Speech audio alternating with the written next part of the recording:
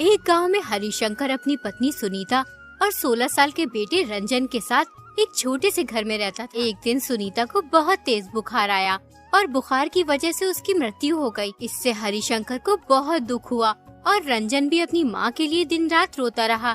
एक दिन हरिशंकर अपने बेटे से बोला, बेटा, इस तरह रोने से काम नहीं चलेगा। जो ईश्वर को मंजूर था होना तो वही था। तुम्हारी माँ हमेशा तुम्हारी खुशी की कामना करती थी। सोचो अगर आज वो तुम्हें ऐसे देखती तो कितना बुरा लगता। वो भी चाहती कि तुम मुस्कुराते रहो, खुश रहो। जीवन में कठिन समय आते हैं जिन्हें हम समझ नहीं पाते, लेकिन हमें आगे बढ़ना होता है। वो तुम्हारे अंदर हमेशा जीवित रहेंगी। अपने गम को समेटकर उसकी यादों को प्यार से अपने दिल में बसाओ। हरिशंकर ने अपने बेटे रंजन को बहुत समझाया, लेकिन रंजन दिन रात अपनी माँ की याद में रोता रहता था।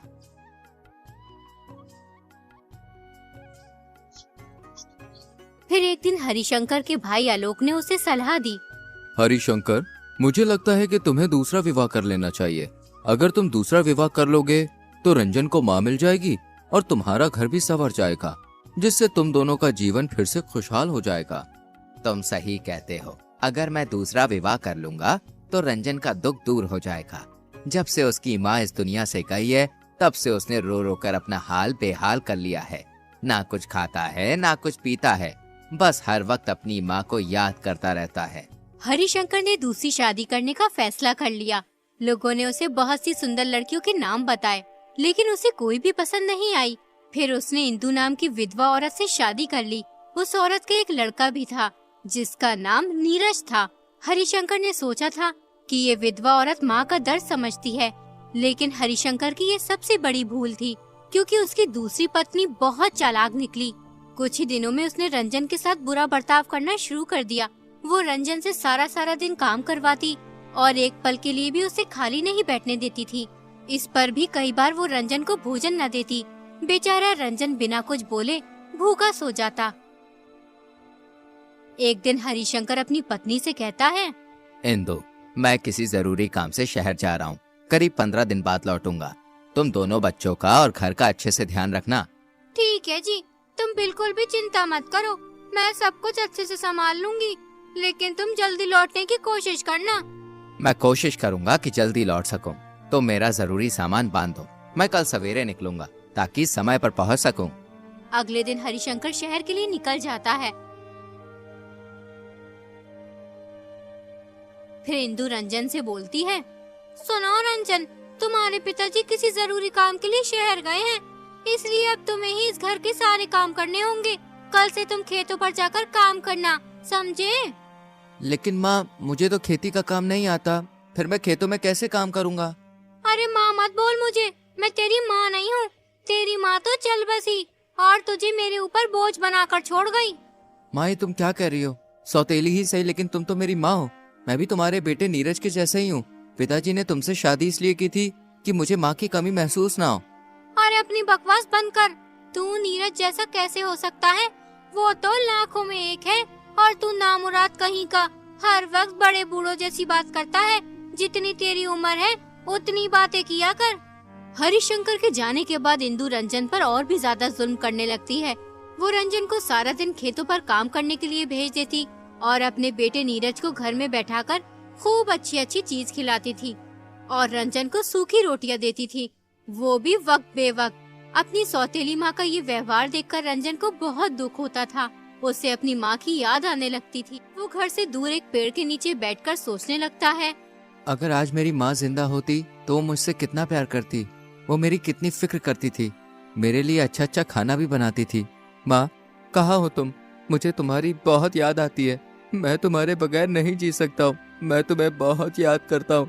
तुम्हारी कमी मैं हर पल महसूस करता हूँ। तुम्हारे बिना जीना बहुत मुश्किल हो गया है माँ।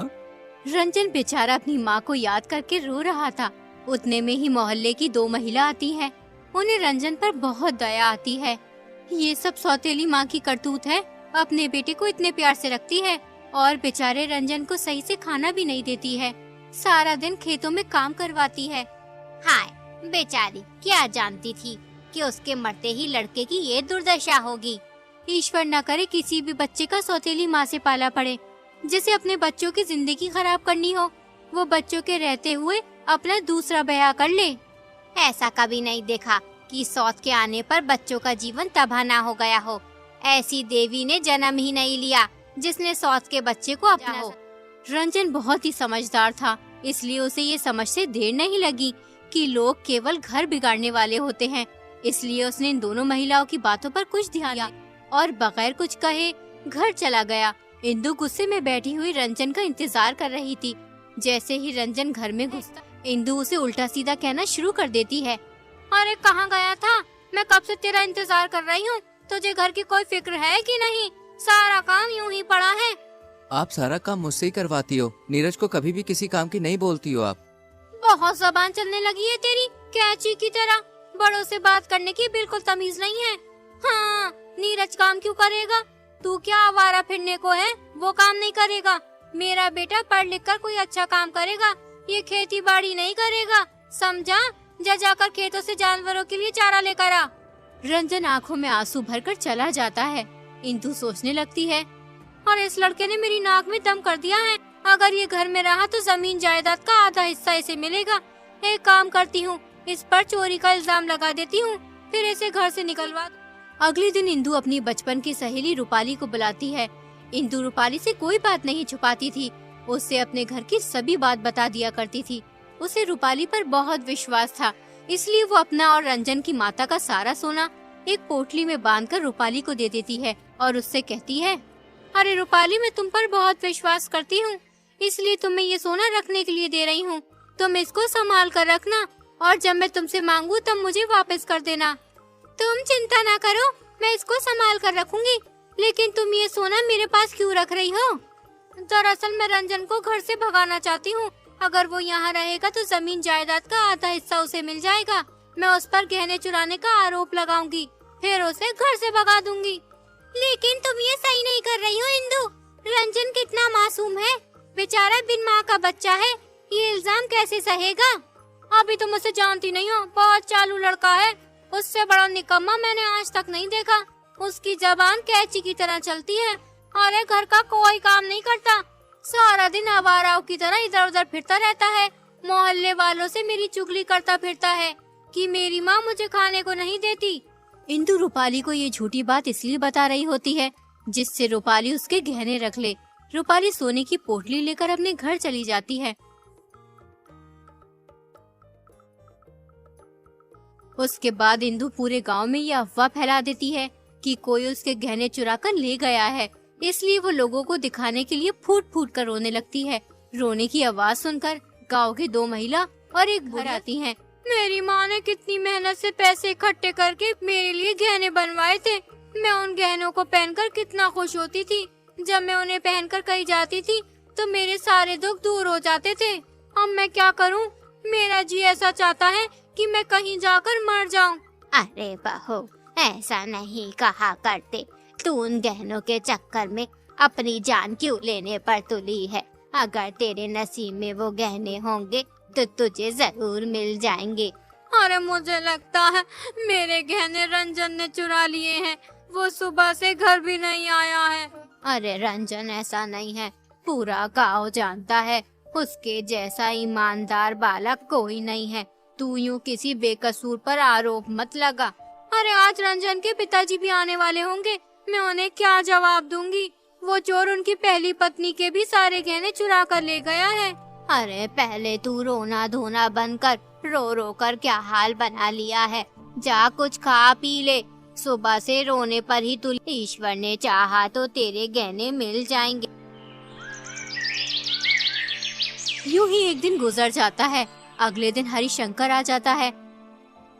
घर का सूनापन देखकर वो हैरान रह जाता है। वो इंदु से पूछता है, क्या हुआ इंदु, तुम इतनी उदास क्यों हो? तुम्हें तो मेरे आने पर खुश होना चाहिए, लेकिन तुम तो दुख मना रही हो। अरे किसी ने मेरे सारे गहने चुरा लिए और तुम्हारी पहली पत्नी के भी। हाँ? तुम ये क्या कह रही हो इंदु? ऐसा कैसे हो सकता है? हमारे घर में किसी की हिम्मत नहीं है घुसने की, फिर गहने कैसे चोरी हो सकते हैं? मैं भी यही सोच रही थी। मुझे लगता है किसी घर के ही इंसान ने वो गहने चुराए हैं। हमारे घर में ऐसा कोई नहीं है जो चोरी कर सके। तुम्हें किस पर शक है? देखो तुम मुझे गलत मत समझना, मुझे लगता है रंजन ने वो गहने चुराए हैं। रंजन ऐसा कभी नहीं कर सकता। वो बहुत समझदार और ईमानदार लड़का है। मैं ये कभी नहीं मान सकता हूँ कि रंजन चोर है। दरअसल कल रंजन मुझे उल्टा सीधा बोल रहा था, तो मैंने कह दिया तुम्हें बात करने की तमीज नहीं है, इसलिए वो मुझसे नाराज होकर चला गया। वो बच्चा है, नासमझ है, किसी बाहर वाले ने बहका दिया होगा, इसलिए उसने गहने चुरा लिए होंगे। तुम एक बार उससे पूछो तो सही। ठीक है, मैं अभी उसकी खबर लेता हूँ। हरिशंकर रंजन को बुलाता है और उससे कहता है, रंजन, ये क्या मजाक है? तुमने अपनी माँ के गहने चुरा लिए? तुम ऐसे तो ना थे। फिर मेरे जाने के बाद तुम्हें क्या हो गया है जो तुम चोरी करने पे उतर आए हो? पिताजी, मैं भला ऐसा क्यों करूँगा? मुझे क्या जरूरत पड़ी है कि मैं चोरी करूँ? तुम माँ के कहने पर मुझ पर शक क्यों कर रहे हो? मैं किसी के कहने पे शक नहीं कर रहा हूँ। मैं बस तुमसे पूछना चाहता था। मैं जानता हूँ कि तुम ऐसा कभी नहीं कर सकते हो। फिर हरिशंकर इंदु के पास जाकर कहता है, मुझे पुलिस को सूचना देनी होगी, लेकिन गहने मिलने की कोई उम्मीद नहीं है। जो चीज एक बार खो जाती है या चोरी हो जाती है, उसका मिलना बहुत मुश्किल है। पुलिस का नाम सुनकर इंदु बहुत घबरा जाती है और वो सोचने लगती है, अगर इन्होंने पुलिस को सूचना दे दी तो मेरा तो भांडा फूट जाएगा और फिर मैं किसी को मुंह दिखाने के लायक नहीं रहूंगी। अगर मुझे पता होता कि बात पुलिस तक पहुंच जाएगी तो मैं ऐसा कभी नहीं करती। मुझे कैसे भी करके हरिशंकर को पुलिस थाने जाने से रोकना ही होगा। तुम किस सोच में पड़ गई हो? मैं पुलिस को सूचना देने जा रहा हूँ। तुम अपना ख्याल रखना। मैं 1 घंटे में वापस आ जाऊंगा। अरे जब आप जानते ही हैं कि पुलिस को सूचना देने से गहने मिलने की कोई उम्मीद नहीं है, तो पुलिस के पास क्यों जा रहे हो? इतना बड़ा नुकसान हुआ है, चुपचाप भी तो नहीं बैठ सकता। उन गहनों को आज बनवाने जाओ तो 1000 से कम में नहीं बनेंगे। अरे तकदीर में होंगे तो मिल जाएंगे, नहीं तो जो ईश्वर की मर्जी वो सही। मैं तुम्हारे हाथ जोड़ती हूँ, अभी पुलिस थाने मत जाओ। हमें थोड़ा इंतजार करना चाहिए।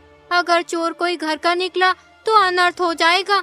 हमें पहले खुद तहकीकात करनी चाहिए। हरिशंकर इंदु की बात मान लेते हैं। अगले दिन सवेरे सवेरे इंदु रूपाली के घर पहुंच जाती है और रूपाली से कहती है, अरे बहन, जो जाल मैंने अपने सौतेले बेटे के लिए बिछाया था उसमें तो मैं खुद ही फंसती जा रही हूँ। मैंने सोचा था चोरी का नाम सुनकर वो रंजन को घर से निकाल देंगे, लेकिन कोई रंजन को चोर मानने के लिए तैयार ही नहीं है। हरिशंकर पुलिस को सूचना देने जा रहे थे, मैंने बड़ी मुश्किल से रोका है उन्हें। अगर पुलिस ने छानबीन की तो मैं ही फंस जाऊंगी। मुझे कैसे भी करके इस समस्या से निकलना होगा। मैं तुम्हारे पास अपने गहने लेने आई हूँ। मैं हरिशंकर से कह दूंगी मैं गहने रख कर भूल गई थी। इस तरह इस समस्या का हल हो जाएगा। तुम किन गहनों की बात कर रही हो? तुमने मुझे गहने कब दिए थे और किसके सामने दिए थे? रूपाली की ये बात सुनकर इंदु के होश उड़ जाते हैं। इंदु समझ जाती है कि रूपाली गहने जब्त करना चाहती है। अरे बहन रूपाली, तुम क्या कह रही हो? मैंने तुम्हें अपने और रंजन की माँ के गहने संभाल के रखने के लिए दिए थे। तुम यहाँ से सीधी तरह जाती हो कि बुलाऊं तुम्हारे पति को? पूरा गांव जानता है तुम्हारे गहने किसी ने चुरा लिए हैं। अगर गांव वालों को तुम्हारी सच्चाई पता चल गई तो तुम किसी को मुंह दिखाने के लायक नहीं रहोगी। गांव में तुम्हारे पति की इज्जत खराब हो जाएगी। तुम जैसी कठोर हृदय की औरत मैंने आज तक नहीं देखी। अपने बेटे के चक्कर में एक मासूम बच्चे की जिंदगी खराब करने पे उतर आई। भलाई इसी में है। चुपचाप अपने घर चली जाओ और कभी यहाँ मत आना। इंदु को रूपाली की बात पर बहुत गुस्सा आता है, लेकिन वो मजबूर हो चुकी थी, इसलिए उसने रूपाली से कुछ नहीं कहा। अगर वो रूपाली से कुछ कहती तो सच्चाई का सबको मालूम हो जाता, इसलिए वो बगैर कुछ कहे अपने घर की ओर निकल जाती है और सोचने लगती है, बड़े बूढ़े सही कहते हैं, जो दूसरों की राह में कांटे बिछाते हैं वो उल्टे उसे ही चुभते हैं। मैंने उस मासूम नादान बालक पर इतना बड़ा कलंक लगाने की सोची थी। मैं अपने आप को कभी माफ नहीं कर पाऊंगी। इंदु को अपनी गलती का एहसास हो जाता है। उसके पास अब केवल एक ही रास्ता था, या तो चुप रहे या फिर हरिशंकर को सब कुछ सच सच बता दे और रूपाली से अपने गहने ले ले। इसलिए इंदु फैसला कर लेती है कि वो हरिशंकर को सब कुछ सच सच बता देगी। वो घर पहुंचकर हरिशंकर से कहती है, मैं आपसे एक बात करना चाहती हूँ। ये बात सुनकर शायद आप मुझे माफ ना कर सको और घर से निकाल दो, लेकिन मुझे कोई दुख ना होगा। मेरे जैसी महिला के साथ ऐसा ही होना चाहिए। इंदु, क्या हो गया तुम्हें? तुम ये कैसी अजीबोगरीब बातें कर रही हो? दरअसल वो गहने किसी ने नहीं चुराए, वो मैंने अपनी सहेली रूपाली को दे दिए थे। मैंने सोचा कि रंजन पर चोरी का इल्जाम लगवाकर घर से निकलवा दूंगी, उसके बाद सारी जमीन जायदाद पर मेरे बेटे का हक होगा। मैंने उस मासूम पर बहुत जुल्म किया है, मैं माफी के लायक नहीं हूँ। इंदु, मुझे पहले से ही पता था कि गहने किसी ने नहीं चुराए। मैं तो बस तुम्हारे मुंह से सुनना चाहता था। रूपाली ने मुझे पहले ही सब बता दिया था कि तुमने किस तरह उसे गहने देकर रंजन पर चोरी का इल्जाम लगाया। लेकिन तुम एक बात भूल गई, मारने वाले से बड़ा बचाने वाला होता है। जो साजिश तुमने एक मासूम बच्चे के लिए रची थी, तुम ही उल्टा उसमें फंस गई। उतने में ही रूपाली गहने लेकर वहाँ आ जाती है और हरिशंकर को दे देती है। इंदु, तुम सोच रही होंगी कि मैंने तुम्हारे साथ ये क्यों किया, लेकिन मैं जानती हूँ कि मैंने सही किया। मैं बेमाँ के बच्चे पर अत्याचार होते नहीं देख सकती। तुम तो उस मासूम बच्चे की जान लेने पे उतारू थी। उस दिन जब मैंने तुम्हारी आंखों में वो अंधेरा देखा, मुझे एहसास हुआ कि तुम कितनी निर्दयी हो। मैं मानती हूँ मुझसे गलती हो गई, मैं माफी के लायक भी नहीं हूँ। मैं अब जीना नहीं चाहती। हरिशंकर, हो सके तो मुझे माफ कर दो। इंदु, तुम्हें अपनी गलती का एहसास हो गया, यही तुम्हारे लिए काफी है। इंसान को अपनी गलतियों से ही सीखने का अवसर मिलता है। हम सभी कभी न कभी गलतियां करते हैं, लेकिन उनसे सीखना और खुद को सुधारना सबसे महत्वपूर्ण है। इसलिए मैंने तुम्हें माफ किया, क्योंकि मैं जानता हूँ कि तुमने दिल से अपनी गलती को माना है। उसके बाद इंदु ने रंजन को कभी परेशान नहीं किया। वो रंजन का अपने बेटे की तरह ख्याल रखने लगी और फिर रंजन भी अपनी सौतेली माँ के साथ खुशी से रहने लगा।